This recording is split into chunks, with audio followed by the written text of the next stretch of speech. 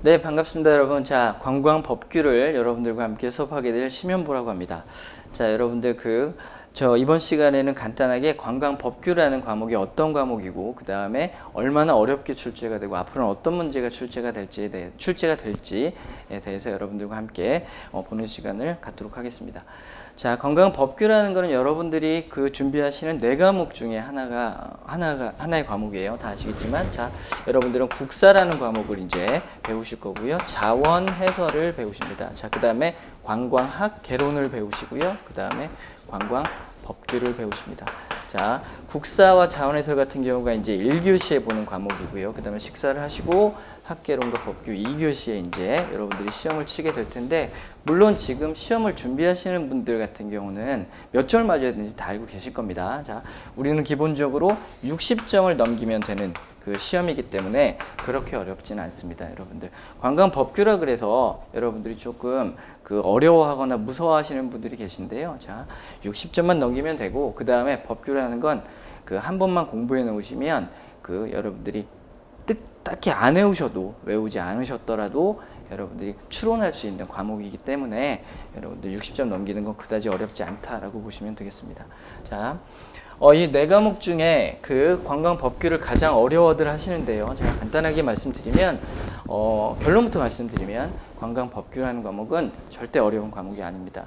자, 법이라는 게 기본적으로 살아가는 데 있어서요. 자, 어떤 상식이라든지 어떤 약속 같은 경우를 문서화 시켜놓은 규범에 불과하기 때문에, 이게 어려운 지문이라든지 그 다음에 처음 보는 지문이 나온다 하더라도 여러분들은 상식선에서 그 다음에 이 정도면은 이 법은 이렇게 해석할 수 있겠구나 정도만 알아두시면 법규는 해석할 수 있는 과목으로 보시면 되겠습니다.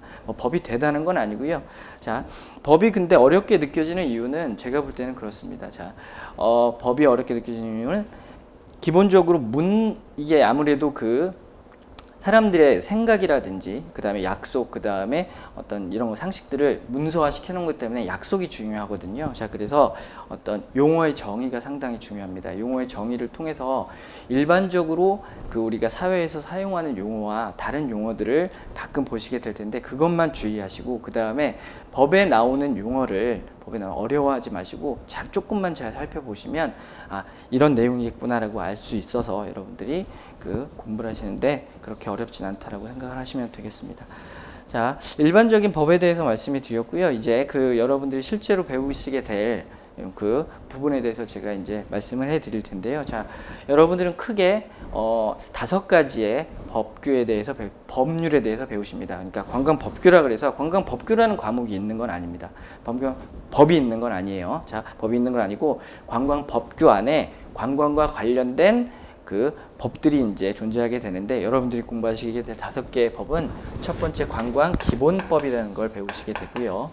자, 두 번째는 관광진흥개발기금법이라는 걸 배우게 됩니다. 간단하게 기금법이라고 쓰겠습니다. 자, 관광기금법인 걸 배우게 되고, 그 다음에 관광진흥법이라는 걸 배우게 됩니다. 자, 그 다음에 국제회의 산업 육성에 관한 법률. 자, 국제회의 산업 육성에 관한 법률에 대해서 여러분들이 배우실 거고, 마지막으로 한국관광공사법을 배우십니다. 자, 보시면 이렇게 5개 이제 법을 통해서 배우실 텐데, 자, 출제 경향을 보게 되면 이 기본법 같은 경우는 보통 한 문제 정도 출제된다, 이렇게 보시면 되겠습니다. 자, 그 다음에 기금법 같은 경우는 3문제 정도가 출제가 되고요. 자, 그 다음에 국제회의 육성에 관한 법률 같은 경우는 3문제 출제가 되고, 이 진흥법이 압도적으로 많이 출제됩니다. 18문제가 출제된다라고 보시면 되겠습니다. 자, 한국관광공사법 같은 경우는 실제로 한 문제가 출제되는 경우는 거의 없다라고 보시면 되겠습니다. 근데 왜 수업을 하느냐? 자, 그 이유는 한국관광공사법의 내용이 나중에 진흥법의 문제에 이렇게 걸려서 같이 출제되는 경우가 있습니다. 그래서 아예 처음 보는 지문을 없도록 하기 위해서, 그래도 관광공사 중요한 역할을 합니다. 이제 진흥법을 배우시게 되면 한국관광공사라는 게 어떤 것이다 라고 배우시는데, 한국관광공사에 관한 내용이 진흥법에 섞여서 나오기 때문에 따로 독자적으로 출제되진 않지만 한번 여러분들이 준비를 해 놓으셔야 되겠습니다. 자, 이렇게 5개 그 내용 중에 지능법이 가장 어렵기 때문에 지능법을 여러분들이 충분히 준비를 하셔야 되겠습니다.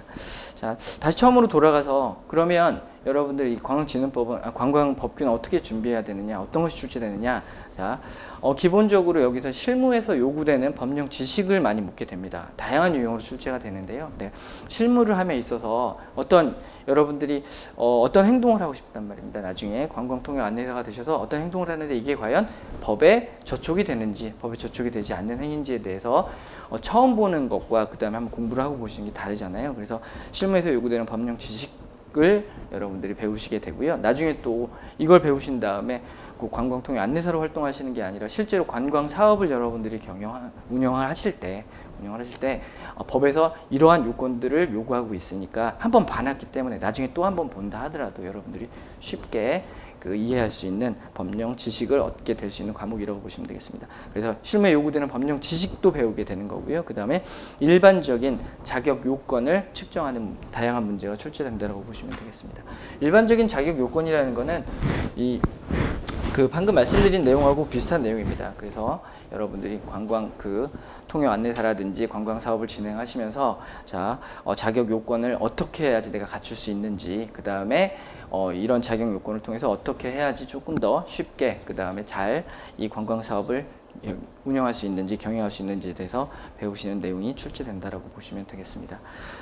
관광기본법, 관광기본법, 관광진흥법, 그 다음에 진흥개발기금법, 그 다음에 국제회의 산업 육성에 관한 법률, 한국관광공사법, 이렇게 5가지의 법률을 배우시는 데 있어서 여러분들이 다시 한번 말씀드리면 어렵게 생각하실 필요는 없습니다.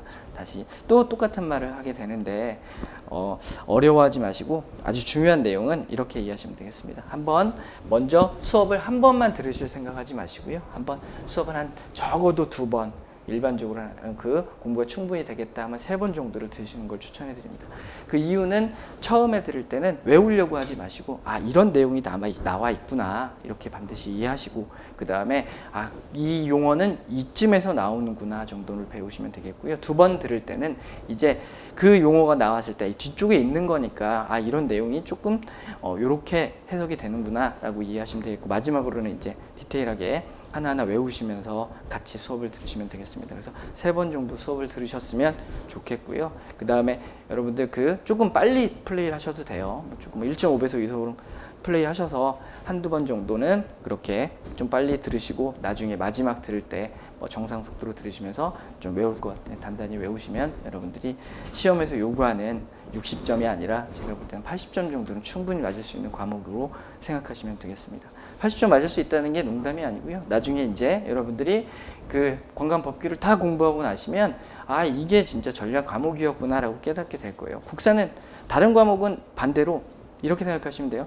아는 내용들이 나와요. 처음부터 아는 용어들로 설명을 하기 때문에, 일반적인 용어들로 설명하기 때문에 아는 내용 같고 아는 내용이라고 생각하고 여러분들이 흘려들을 수가 있는데, 나중에 점점점 깊어지고 어려워지는 데 반해서 법규 같은 경우는 처음엔 전혀 모르는 내용이 나오다가 나중에 들어서서는 이제 그 산만 넘어가면 나중 얘기들은 아주 편하게 이해할 수 있기 때문에 관광법규도 걱정 안 하시면 되겠고, 수업만 한 3번 정도만 들으시면 나중에 솔직히 말씀드리면 딱히 안 외우셔도 그러시면 안 되겠지만 딱히 안 외우셔도 충분히 여러분들이 여기 시험에서 요구하는 60점 그게 아니라 한 70점, 80점은 충분히 맞을 수 있는 과목이다 라고 생각하시면 되겠습니다.